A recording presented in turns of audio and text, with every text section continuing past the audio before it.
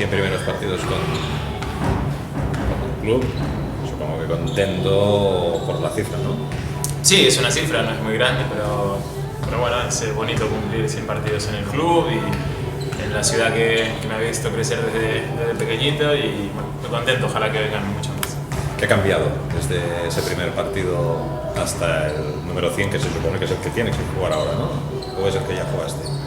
Creo que es el que tiene que venir ahora. El que tiene que venir Sí. ahora, pues ¿qué ha cambiado desde ese primer partido hasta el de ahora? Bueno, ha cambiado muchas cosas. A nivel personal, era mi primer año en la categoría, la verdad que no tenía mucha experiencia y los comienzos fueron un poquito difíciles, pero bueno, toda base de trabajo y un poquito de paciencia, al final las cosas llegan y uno se empieza a sentir mejor, y a día de hoy, bueno, me encuentro genial, quizás el mejor momento de los últimos 4 años.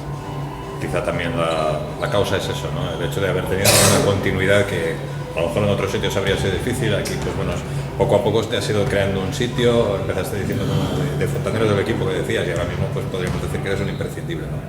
Bueno, de a poquito. Tú como bien lo dices, se empieza de abajo, hay que trabajar mucho, ser humilde y tener mucha paciencia. Al final, si uno hace las cosas bien y como acá en el club se demuestra que confían en uno, al final uno acaba rindiendo. El próximo partido será justamente un partido que vendrá aquí al barrio, es un símbolo, Sí. como es Jaume, como segundo entrenador.